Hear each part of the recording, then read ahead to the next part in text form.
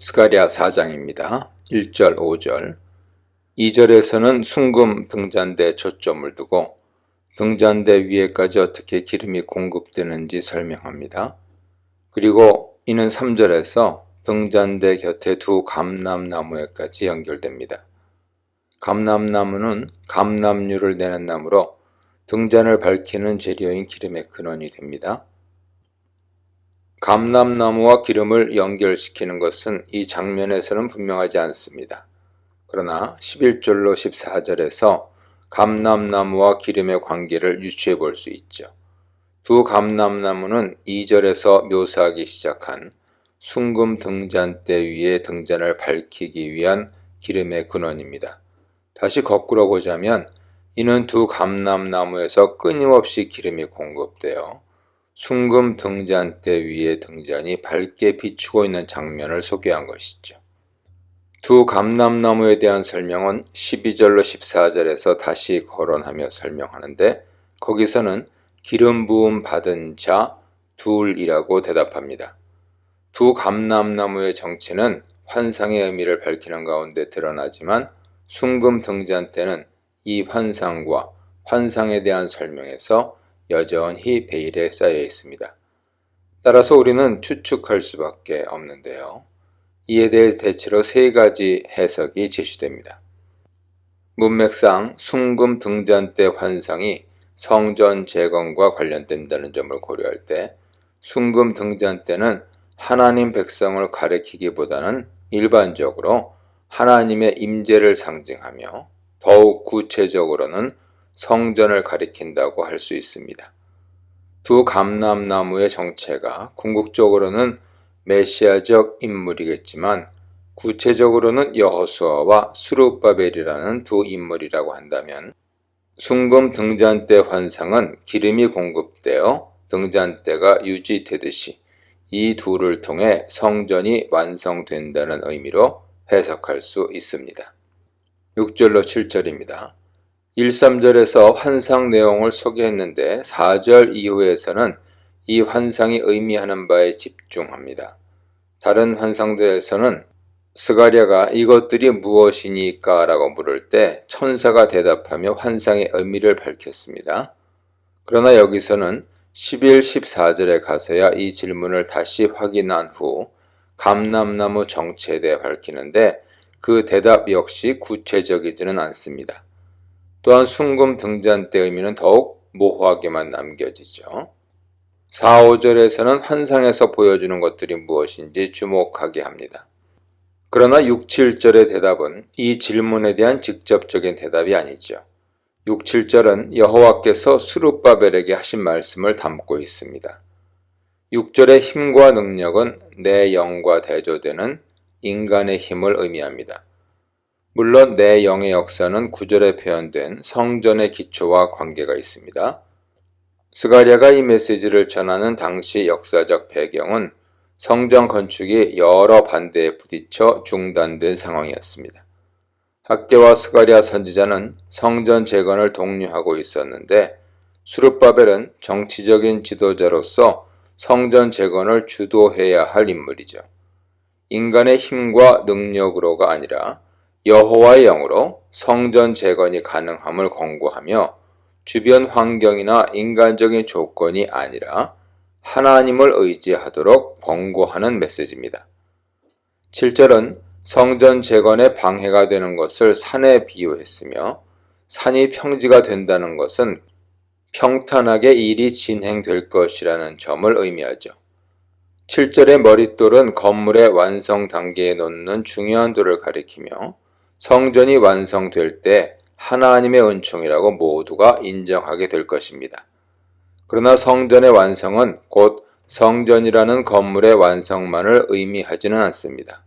순금 등잔대라는 환상을 통해 암시하듯이 여호와께서 자신의 언약 백성 가운데 다시 거하신다는 것을 의미합니다. 성전의 완성은 언약 공동체, 신앙 공동체의 회복이 시작되었음을 알리는 신호인 셈입니다. 이런 점에서 성전 재건은 단순히 인간의 힘이나 능력이 아니라 여호와의 영이 함께 하시는 역사입니다. 8절로 10절입니다. 6, 7절이 스룹바벨에게 한 말씀이었다면 여기서는 스룹바벨이 할 일과 관련하여 이스라엘 백성에게 촉구의 말씀을 전하고 있습니다. 9절의 손은 하나님의 사역 대행자를 가리키죠. 6절에서 힘으로 되지 아니하며 능력으로 되지 아니하고 오직 나의 영으로 되느니라 라고 했으나 이는 단순히 하나님의 영이 모든 것을 다 한다는 뜻이 아닙니다. 하나님의 백성이 구체적으로 하나님 앞에 나오기를 원한다는 말씀입니다. 9절에 나를 너희에게 보내신 줄을 네가 알리라 라는 표현은 여호와의 예언의 말씀이 성취될 것을 강조하는 표현입니다.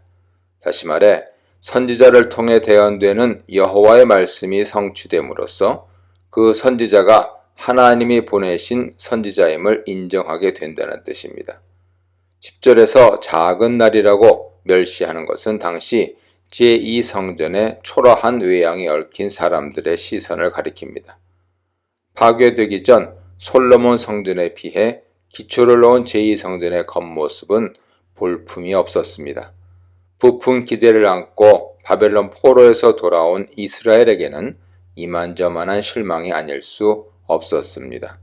기초를 놓은 후에도 16년 동안 여러 가지 요인으로 공사가 중단되면서 이스라엘 백성의 실망은 커져만 갔을 것입니다. 10절에서 스룹바벨의 손에 있는 다림줄은 다른 단어이기는 하지만 2장 1절의 측량줄과도 관련이 있습니다. 이는 스룹바벨이 성전 건축에 중대한 역할을 한다는 것을 가리킵니다. 10절의 7눈은 아마도 3장 9절의 7눈과 연결될 것입니다. 2절에서도 눈에 대한 언급은 없지만 7이 반복됩니다. 순금 등잔 때와 그 위에 있는 것을 보는 환상이 세상을 두루 다니며 보는 여호와의 눈 7과 연결된다고 할 수 있습니다.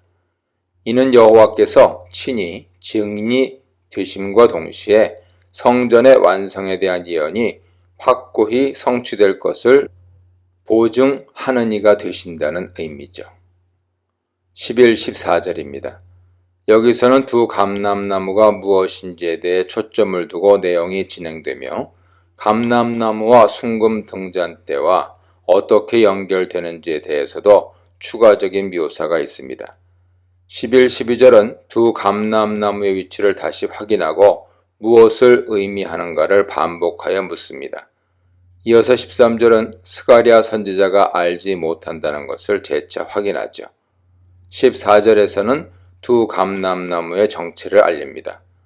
이렇게 많은 양을 할애해서 주목하게 하는 것은 그만큼 두 감람나무가 무엇을 가리키는지가 중요하다는 것을 의미합니다. 두 감람나무를 기름 부음 받은 자 둘이라고 확인하는데 여기서 사용된 기름, 이츠하르입니다. 기름은 보통 임명할 때 붓는 기름이나 연료로 사용하는 기름, 쉐멘과는 다릅니다. 혹자는 여호수아는 제사장으로 기름 부음 받았지만 스룹바벨의 경우는 다르다는 점에 주목합니다. 그리하여 기름 부음 받은 자 둘을 역사적 인물인 여호수아와 스룹바벨로 해석하는 것에 반대합니다. 그러나 본문에서 특별한 언급이 없다는 것은 스가랴서의 첫 독자들이 기름 부음 받은 자 둘이 누구를 가리키는지를 분명히 알았다는 것을 암시할 것입니다. 따라서 1차적으로는 기름 부음 받은 자 둘은 여호수아와 스룹바벨을 가리킵니다. 하지만 하나님의 대행자로서의 기름 부음 받은 자 둘은 궁극적으로 메시아를 통해서만 성취될 것입니다.